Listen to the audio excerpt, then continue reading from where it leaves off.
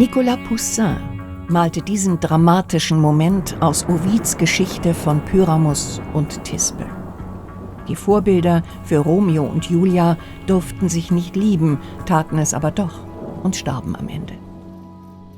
Das Liebespaar ist nachts heimlich verabredet. Thisbe kommt als Erste, flieht aber vor einer Löwin und verliert dabei ihren Schleier. Das Raubtier, das Maul noch blutig von der letzten Beute, zerfetzt den Schleier und lässt ihn blutbeschmiert zurück. Pyramus findet ihn und glaubt, dass seine Thisbe Opfer des Löwen geworden sei. In seiner Verzweiflung tötet er sich.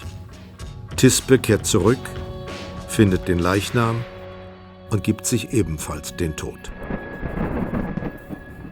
Dass Poussin die Szene bei Ausbruch eines Gewitters spielen lässt, ist kein Zufall.